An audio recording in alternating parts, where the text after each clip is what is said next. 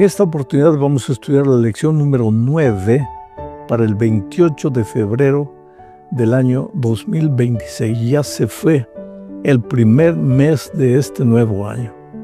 El título de la lección es Reconciliación y Esperanza. No hay reconciliación sin Cristo, y Cristo es la esperanza. En Él está centrado todo el plan de la salvación. En Él está centrado el bienestar del ser humano, la paz, la felicidad que el ser humano tanto busca. Bueno, el propósito de la lección de esta semana es mostrar justamente eso, que Jesús es el reconciliador y que ese acto de reconciliación en sí es un misterio. La Biblia le llama el misterio de la piedad. Para entender lo que estoy diciendo tenemos que volver al jardín del Edén. Dios creó a Adán y Eva y ellos vivían una vida de comunión permanente con Dios. Viviendo esa vida de comunión, pues ellos reflejaban el carácter del Padre. Eran semejantes al Padre. No había egoísmo, no había envidia, no había mentira, no había codicia. Por lo tanto, no había discusión, no había pelea entre ellos. ¿Por qué? Porque el carácter de ellos era abnegación, era dedicación, era entrega. Reflejaban el carácter del Padre. Pero entró el pecado, y el pecado básicamente es la separación del hombre con Dios. El pecado arrastró al hombre para el otro lado, creó un abismo entre Dios y el hombre. Al alejarse de Dios, que es la fuente de la vida, entró la muerte. Al alejarse de Dios, que es la fuente de la paz, entró la falta de paz, el vacío del corazón humano. Y como se deformó el carácter del hombre, entonces entraron las malas obras. El hombre comenzó a hacer las cosas ahora llevado por su nueva naturaleza pecaminosa que lo encaminaba a hacer las cosas mal. Ahí entramos a la primera parte de nuestro estudio en esta semana. Vamos a hablar de reconciliados de las malas obras. Y veremos que la iniciativa de la salvación es divina. No fue el hombre al reparar en su triste condición que dijo, volveré a mi Padre. Fue el Padre que extendió la mano. Fue el Padre que creó el plano de reconciliación. Y ahora leo Colosenses 1, 21 y 22 y voy a ir comentando. Y a vosotros también, que erais en otro tiempo extraños y enemigos en vuestra mente. El pecado comienza en la mente, no comienza con las manos. Las manos, los pies, los ojos, los oídos hacen lo que la mente ordena. Entonces, vuelvo a leer el texto. A vosotros también, que erais en otro tiempo extraños y enemigos en vuestra mente, haciendo malas obras, ahora os ha reconciliado.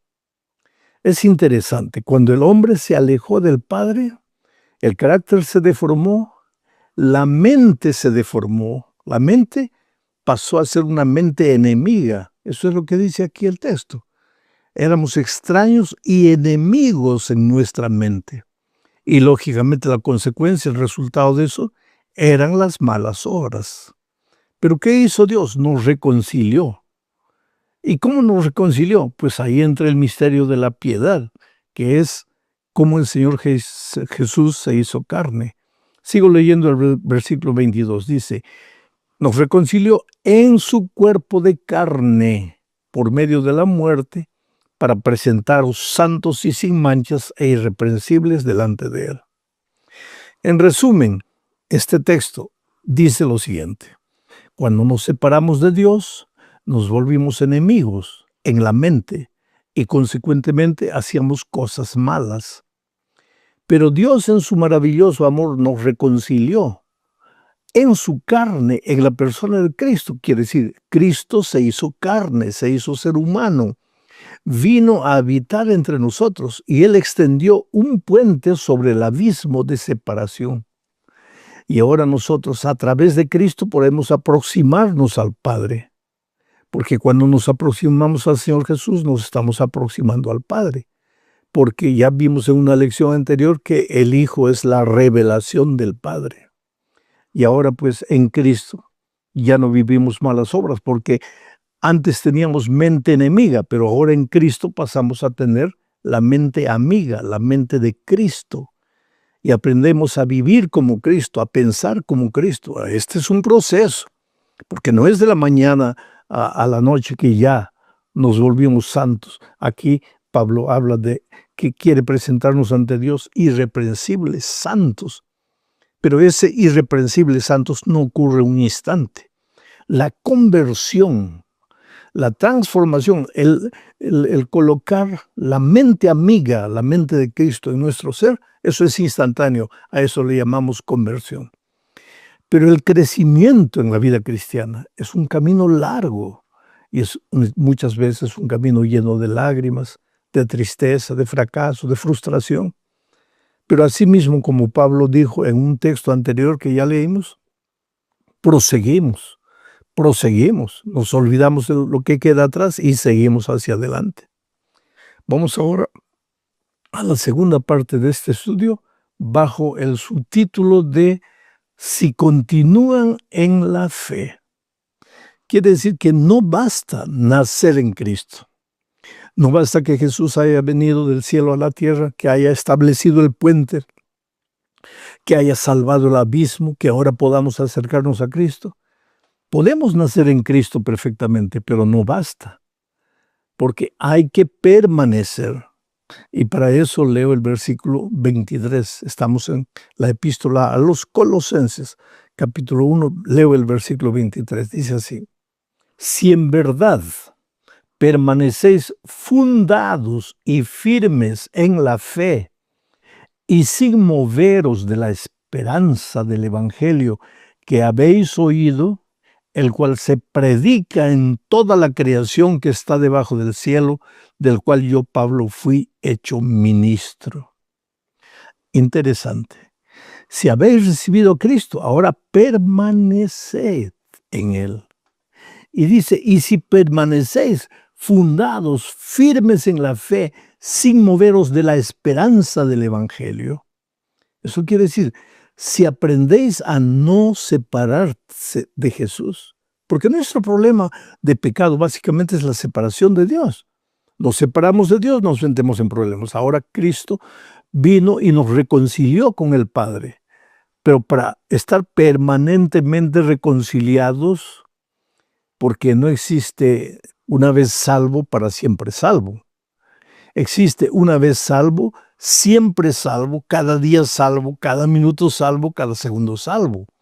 Porque en el momento que tú te separas del Señor Jesucristo, nuevamente te metes en problemas.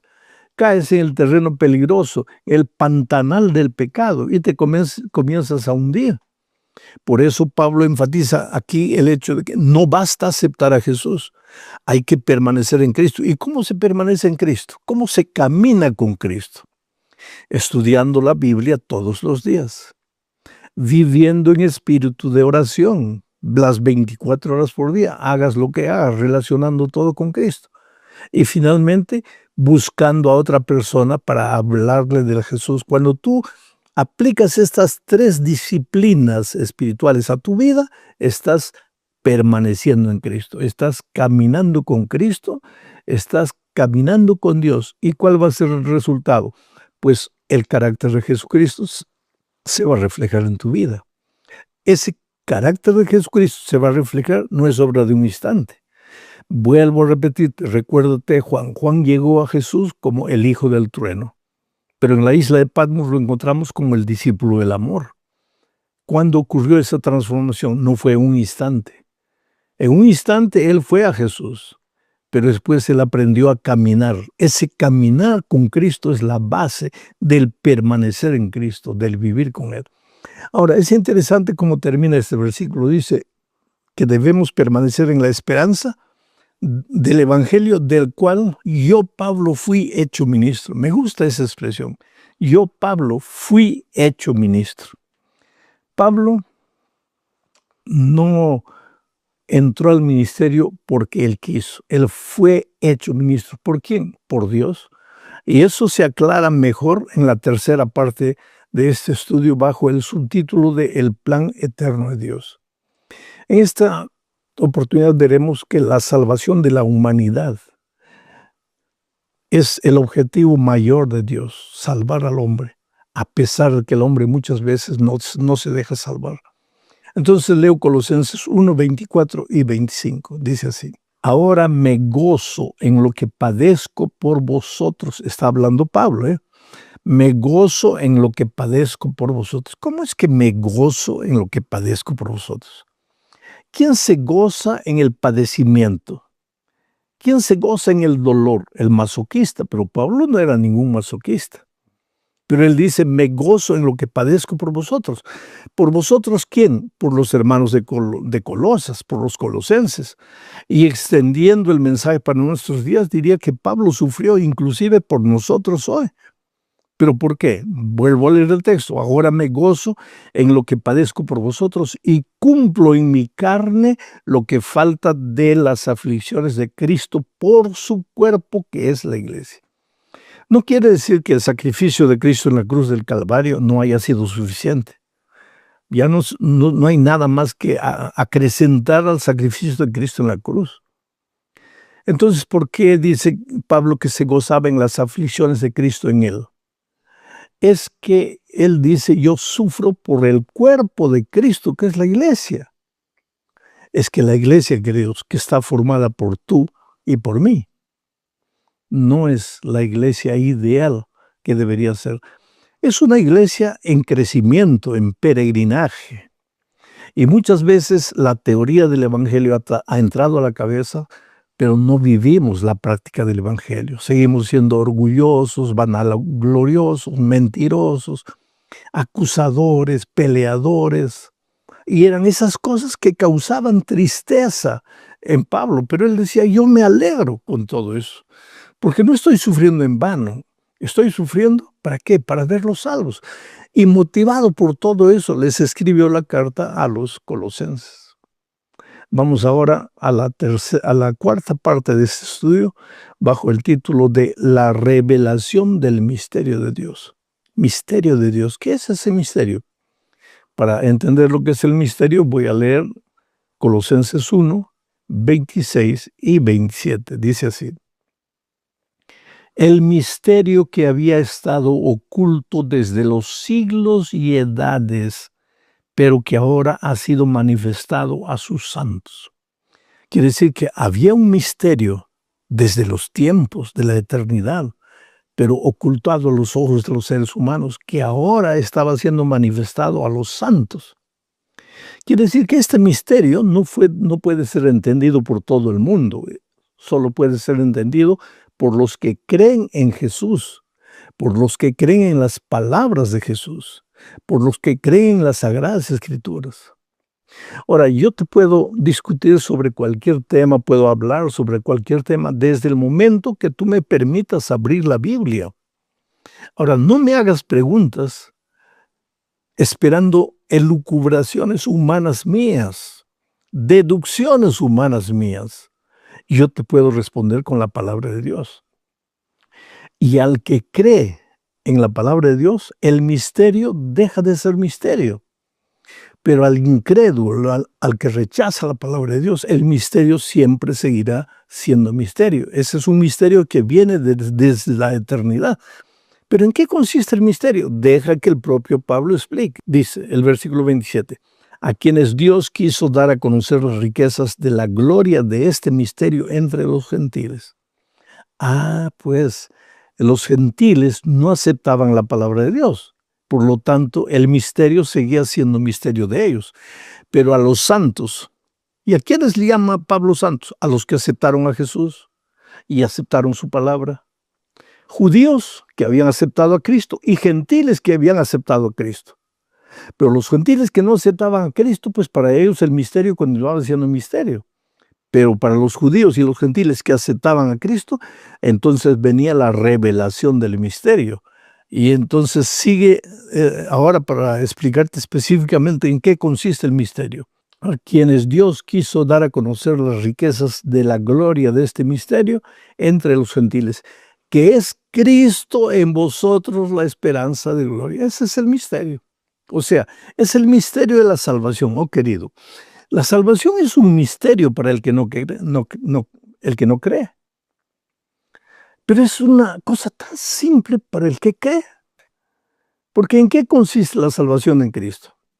3 cosas. Primero, yo no puedo. Yo soy un pecador miserable. Yo he nacido con naturaleza pecaminosa y me gusta la basura de esta vida. Primero, no puedo. Segundo, pero Dios sí puede. Él es todopoderoso. Y entonces viene el tercer punto. Si yo no puedo, pero Jesús sí puede, entonces voy a Jesús. Y Él hace por mí lo que yo no puedo hacer. Y cuando voy a Jesús y lo acepto como mi Salvador, pues llega a mí la experiencia de la salvación.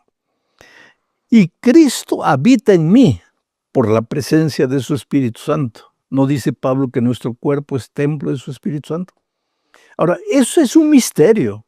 ¿Cómo es que el Espíritu Santo, que es uno con el Padre Dios y con el Hijo Dios, puede habitar en nosotros? Pues es un misterio para la mente incrédula. Pero cuando tú aprendes a andar con Jesús, vas a aprender a escuchar la voz de Dios. Y cuando Él te habla, Él te va a guiar por los caminos de la vida. Él te va a guiar en el matrimonio, en los negocios, en la vida financiera, en la vida profesional. Tú solo necesitas dejarte guiar por la voz. Y si en este momento las cosas no están saliendo como quieres, tal vez sea porque el misterio de la salvación, el misterio de Cristo en ti, continúa siendo misterio para ti. Porque tu cabeza lo ha entendido, pero no es una realidad en tu vida. Por lo tanto, por más que muchas veces quieres tomar decisiones correctas, solo cometes errores, solo tomas decisiones equivocadas que te traen dolor. ¿Por qué? Porque el Espíritu Santo no te está guiando, no te está acompañando. Dicho todo esto, llegamos a la última parte de la lección de esta semana, bajo el título de El poder del Evangelio. Aquí veremos que la conversión de un pecador requiere el poder del Evangelio. No hay otra manera de explicar. La conversión de un pecador es un milagro. No hay explicación humana. Como un joven drogadicto. Yo estaba una vez en San Pablo y un muchacho drogado estaba gritando a la 1 de la mañana en la calle, Pastor Bullón, Pastor Bullón. Y yo me asomé por la ventana y este muchacho había asistido a mis conferencias, había aceptado a Jesús, pero había vuelto a caer en las drogas. Había ido a la playa de Santos, tenía una moto deportiva gigante de San Pablo a Santos. Había usado droga y drogado llegó ahora a mi casa, Pastor Bullón. Y él decía, Pastor, me ayude. Yo no puedo, yo estoy perdido. Y lo que yo le dije a este joven es, querido, tú estás perdido, yo estoy perdido. Todos estamos perdidos. La diferencia es que tú usas drogas y yo no uso drogas, pero igual los dos estamos perdidos. Y necesitamos de Cristo. Oré con él, clamé a Dios por él. Años después lo encuentro, victorioso, libre de las drogas. Ese es un milagro. La clínica de reposo no lo puede ayudar. Los psiquiatras, los psicólogos, los remedios, nadie lo puede ayudar. Pero de repente encuentra a Cristo y Cristo lo transforma. Eso es. Y yo como evangelista te podría contar tantas experiencias de gente atea, insultaba a Dios, pero en la hora del dolor se cayó de rodillas, clamó a Dios, Dios lo transformó. Y hoy día son predicadores de la palabra de Dios. Ahora, con todo esto en mente, vamos a leer el versículo 28 y también el versículo 29. Dice así, a quien anunciamos, ¿a quién se refiere? A Cristo. ¿Ese quién es Cristo? A quien anunciamos, amonestando a todo hombre y enseñando a todo hombre en toda sabiduría, a fin de presentar perfecto en Cristo Jesús a todo hombre. por lo cual también trabajo, luchando según la potencia de Él, la cual actúa poderosamente en mí. Me gustan esas dos últimas palabras. Yo predico y las personas son transformadas por Dios. Dice Pablo, gracias a dos cosas. Primero, la potencia que viene de Dios. Y, aunque no lo dice, lo está diciendo entre las líneas. Como yo coloqué mi vida en sus manos, la potencia de Dios viene a mí y yo predico poderosamente. ¿Te das cuenta? Poderosamente. ¿Cuánta gente ha entrado a mis reuniones? Gente incrédula, con un papel en la mano para escribir los errores, las incoherencias en mi predicación, para después echármelo en la cara. Y el Espíritu de Dios lo agarró, lo tocó, lo transformó. En la hora del llamado vino adelante. Y después esa persona me buscó atrás y me dice, pastor, aquí está el papelito. Yo vine aquí para escribir incoherencias en su predicación, para confrontarlo. Pero el Espíritu de Dios me tocó. Esa es la potencia que viene de Dios. Y entonces el ser humano, por más humilde, por más simple que sea, por más que sea un tartamudo, un gago, tímido, ahí se levanta para predicar poderosamente por el poder que viene de Dios. Ahora, tú te das cuenta que hasta aquí Colosenses está hablando Cristo, Cristo, Cristo, Cristo. Y él va a seguir hablando de Cristo, pero la lección de la próxima semana es una lección un poco controvertida. Prepárate, nos vemos la próxima semana. Que Dios te bendiga ricamente. Un abrazo. Chao. Hola, mi amigo querido, qué alegría poder estudiar nuevamente la lección de la palabra de Dios. Esta semana vamos a entrar al estudio de la epístola a los Colosenses, porque ya terminamos Filipenses. Colosas quedaba localizada a 18 kilómetros de la ciudad de Laodicea. En el Apocalipsis encontramos una carta escrita por Juan, por encomienda divina, a la iglesia de Laodicea.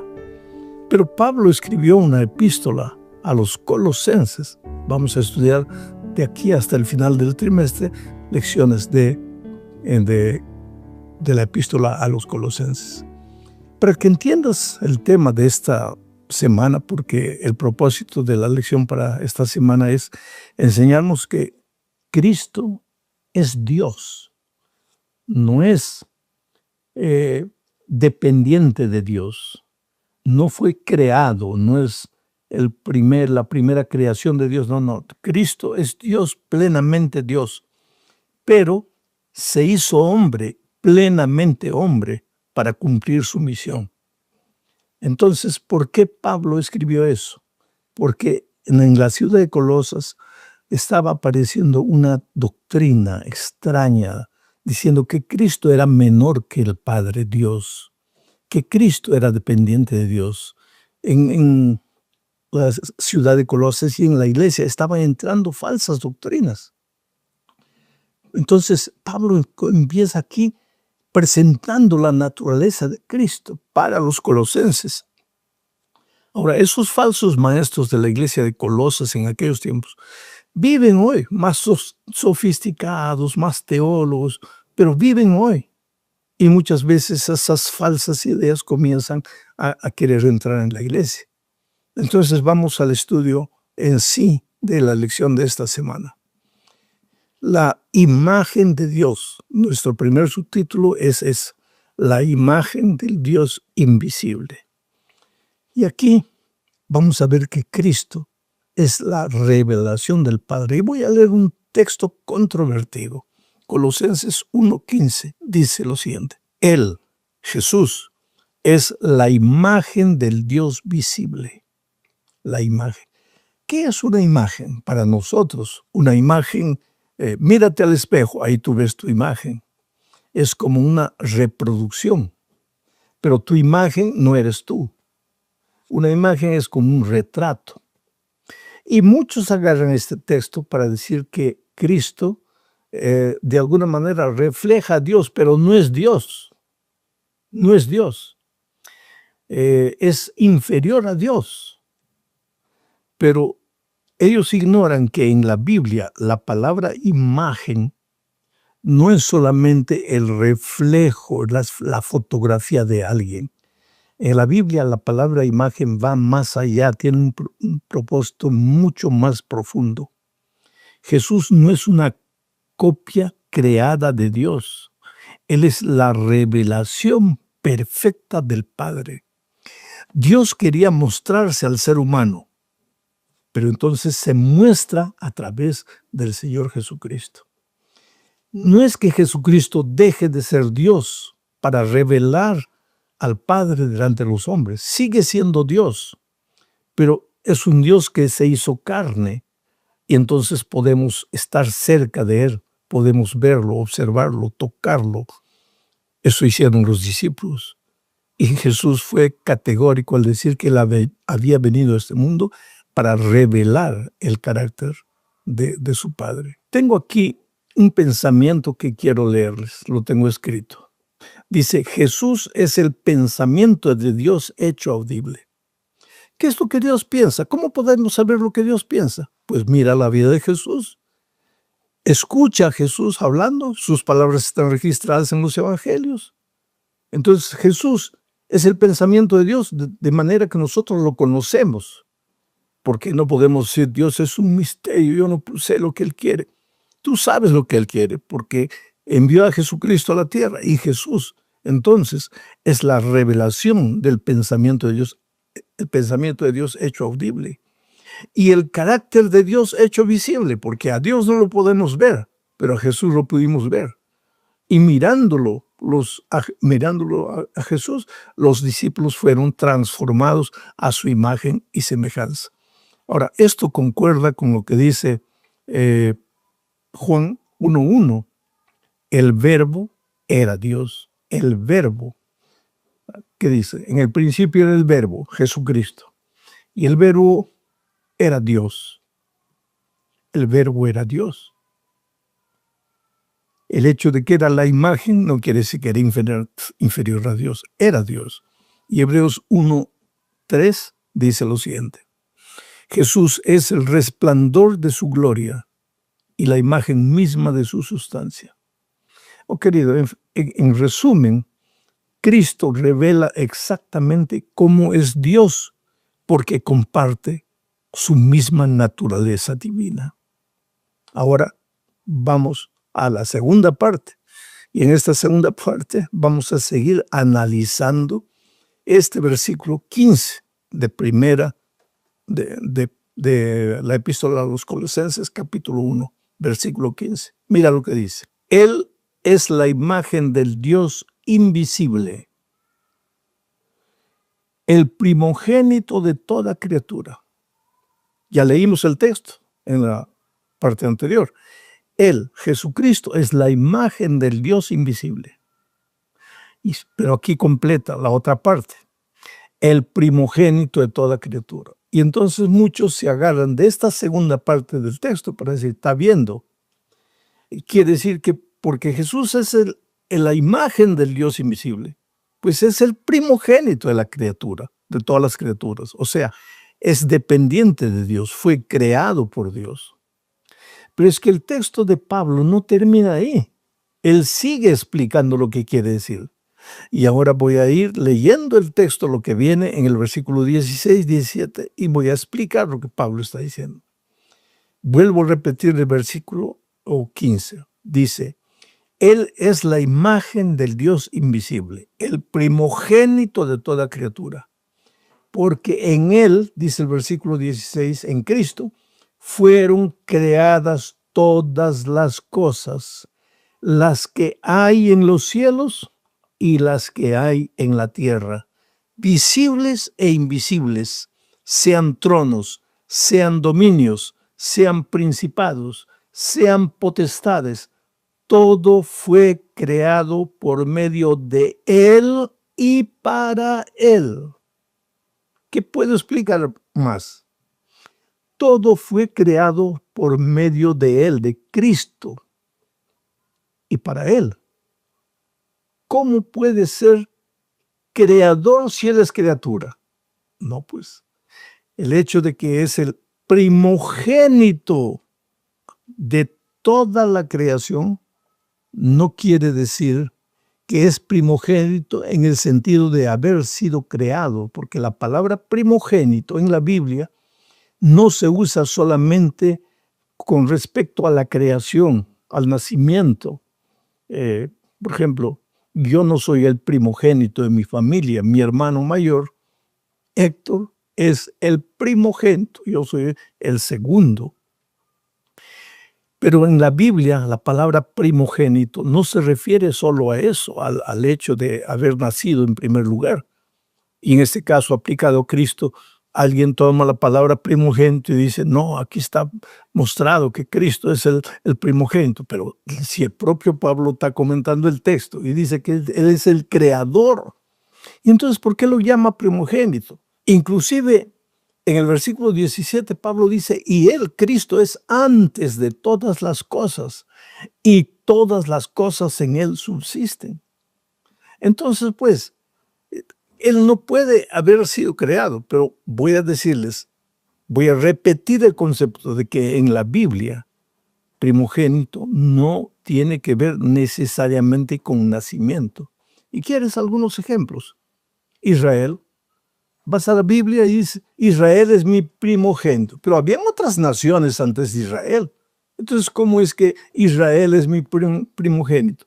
En el sentido bíblico y que Pablo usa, primogénito es distinción, es para resaltar, no para definir el orden de nacimiento o el orden de creación.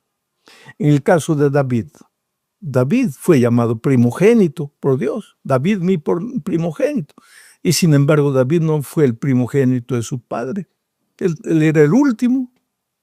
¿Te das cuenta? Entonces, en este texto Pablo usa la palabra primogénito refiriéndose a supremacía, a distinción, no a creación. Cristo es el primogénito en el sentido de Él es el creador supremo. Antes que todo existiese, Él ya existía. Por Él fueron creados todos los mundos. Y eso lo dice claramente la palabra de Dios. Hay muchos textos que hablan del poder creador de Cristo. En el principio estaba el Verbo, y el Verbo estaba con Dios. Pero en el principio también estaba el Espíritu, se movía sobre las aguas para colocar orden. Padre, Hijo y Espíritu Santo eran el mismo Dios, la misma supremacía, la misma sustancia, la misma naturaleza. Pero el Hijo se hizo carne para venir a este mundo a rescatarnos. Muy bien, vamos ahora a la tercera parte de este texto. Como estamos leyendo versículo por versículo Colosenses, llegamos al versículo 18. Y aquí se habla de la cabeza de la iglesia. Cristo es la cabeza y la iglesia es su cuerpo. Leo el texto. Y Él es la cabeza del cuerpo, que es la iglesia, el que es el principio, el primogénito de entre los muertos, para que en todo tenga la preeminencia. Él es el primogénito para que en todo tenga la preeminencia. Muy bien, este versículo también lo vamos a estudiar en dos partes. Ahora voy a estudiar la primera parte, después voy a estudiar la segunda parte. La primera parte, Cristo es la cabeza, la iglesia es su cuerpo. Aquí, Pablo quiere enfatizar el hecho de que nadie puede decir, yo amo a Cristo, pero no quiero saber nada con la iglesia organizada. Yo amo al Señor Jesucristo, mi relación es con Cristo, pero no quiero saber nada con la organización. Esa sería una incoherencia, porque Cristo es la cabeza y la iglesia es su cuerpo. Ahora, ¿cómo yo puedo decir?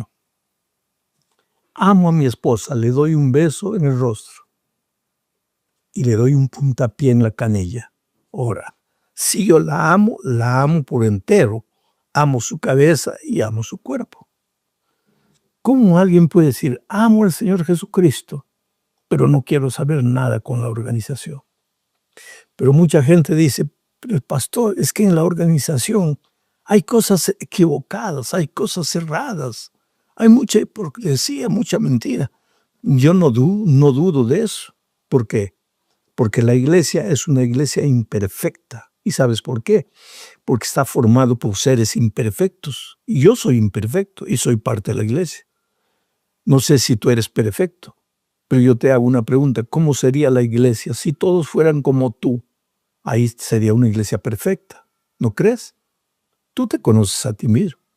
Ah, pues, pero como yo me conozco a mí mismo y como yo sé que yo no soy perfecto y soy parte de la iglesia, yo soy causa de la imperfección de la iglesia y no sé qué es lo que piensas tú. Pero asimismo, imperfectos, Dios nos ama. Por eso la sierva de Dios dice, débil o defectuosa como la iglesia pueda ser, es la niña de los ojos de Dios. Por favor, no entres en esa onda de pensar, yo amo a Jesús, mi salvación depende de Cristo, yo no quiero saber nada con la iglesia. La iglesia todavía sigue siendo el cuerpo de Cristo, así débil e imperfecta. La iglesia es como el arca de Noé durante el diluvio. El arca de Noé era el único lugar donde los que querían ser salvos tenían que entrar. Porque el diluvio vendría y los que no estuvieran dentro del arca se ahogarían. Y junto con Noé, su esposa, sus hijos, sus nueras, entraron animales. Ahora, ¿cuántos meses estuvieron ahí dentro del arca? Oh, querido, ya imaginaste, no había desagüe. ¿A dónde iba toda la suciedad de los animales, de los seres humanos? Imagínate el olor de ese arca. Y sin embargo era el único lugar donde ellos estaban encontrando salvación. La iglesia es semejante a un arca. La iglesia está con las puertas abiertas. Entonces a esa iglesia entran personas todas deshechas por la vida, con el carácter imperfecto, con sus complejos, con sus traumas, y conviven juntos. Aceptaron a Jesús y quieren crecer juntos, pero conviven juntos. Pero muchas veces en esa convivencia se hieren, pero esa iglesia sigue siendo la iglesia de Dios, aunque haya imperfección, y Cristo continúa siendo la cabeza de esa iglesia. Ese es un aspecto del texto, pero ahora vamos a la cuarta parte del estudio para ver otro aspecto del texto. Cristo también es el principio, el iniciador. Y entonces vuelvo a leer el texto de Colosenses 1:18. Dice, y Él es la cabeza del cuerpo que es la iglesia. Ese Él es Cristo, ¿no? El primogénito de entre los muertos, para que en todo tenga la preeminencia. Cristo es el primogénito de los vivos. En el texto anterior, Cristo es el primogénito de todo lo creado, no en el sentido de que fue creado primero, sino en el sentido de supremacía. Y ahora, aquí en este texto, Cristo es el primogénito de los muertos. ¿Quiere decir que de todos los muertos, Cristo es el primero que resucitó? Moisés no resucitó antes de Cristo. Entonces, ¿cómo Cristo es el primogénito de los muertos? Es que la palabra primogénito en este texto no se usa como orden de nacimiento, sino como supremacía. Cristo resucitó de los muertos. ¿Y para qué resucitó de los muertos? Para ser la cabeza de la iglesia. Él es, dice, el iniciador de la iglesia. Él tiene toda la preeminencia y es el iniciador de la iglesia. O sea, quien organizó la iglesia en esta tierra no fue un hombre. La iglesia no es idea humana, es idea divina. En el principio, en el jardín del Edén, ¿cuál era la iglesia de Dios? Adán y Eva. Después, cuando ellos cayeron en el pecado y fueron expulsados del jardín del Edén, ¿quién formaba parte de la iglesia de Dios? Adán y Eva y sus hijos. Y después, más adelante, la humanidad se divide a medida que se va multiplicando. Unos son fieles a Dios a pesar de sus imperfecciones y sus fallas, pero son fieles a Dios. Y otros no quieren saber nada con Dios. Caín entre ellos se va por otro lado. Y ahí la iglesia de Dios se divide. Unos salen y forman sus propias ideologías y otros, obedientes a las enseñanzas bíblicas, son la Iglesia de Dios. Y a través del Antiguo Testamento y del Nuevo Testamento, la Iglesia de Dios permanece. Cristo siempre la cabeza, la Iglesia el cuerpo. Pero quien inició la Iglesia es Cristo. Vuelvo a leer el texto para que entiendas esto. Dice así: y Él, Cristo, es la cabeza del cuerpo, que es la Iglesia. Él que es el principio, el primogénito de los muertos, para que en todo tenga preeminencia. Cristo es el iniciador de la Iglesia. Y ahora llegamos al fin de este estudio, hablando de para reconciliar todas las cosas. Cristo no solamente es el iniciador de la Iglesia, Cristo es el reconciliador de su pueblo. Y leo Colosenses 1, 19 y 20.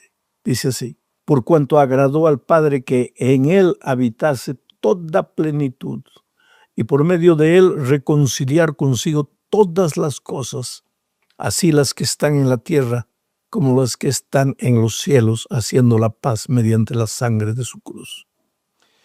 El pecado hizo una ruptura en la relación Dios-hombre. El pecado hizo separación entre Dios y los hombres. El pecado abrió un abismo profundo. Ahora el pecador estaba aquí, lejos del Creador. Lejos de la vida, moriría. Lejos de la esperanza, se desesperaría. Lejos de la luz, viviría en tinieblas y oscuridad. Lejos de la verdad, viviría en la mentira. Había una zanja en un abismo. Cristo vino y se colocó por encima. Él es el puente, el reconciliador. Es a través de Jesucristo que volvemos al Padre. ¿Y por qué no podríamos volver sin Cristo? Porque cada vez que Dios se presentó a los seres humanos no pudieron soportar su presencia. ¿Por qué? Por su pecaminosidad. Cristo entonces adoptó la humanidad. Se hizo hombre, se hizo carne, vino a este mundo. Y ahí podemos acercarnos a Cristo, pero nos estamos acercando a Dios. Es en ese sentido que Él es el puente, el reconciliador. Los seres humanos hoy día podemos aproximarnos a Dios sin miedo. ¿Por qué? Porque Él se aproximó de nosotros primero en la persona de su Hijo maravilloso, Cristo Jesús. No estás solo, no estás abandonado, no puedes vivir desesperado. El hecho de que falles, cometes un error, no quiere decir que estás perdido. Levántate, Dios te ama. Si estás sufriendo en la vida, no es porque Dios dejó de amarte, Él te ama mucho. Es porque el pecado entró para traer sufrimiento. Pero a pesar de las circunstancias, tú puedes ser victorioso. Si colocas tu mano débil en la mano poderosa de Dios, llora delante de Dios, clama, suplica perdón. Si hay que arrepentirse, arrepiéntete. Tú tienes un futuro glorioso con Cristo. Un abrazo. Que Dios te bendiga.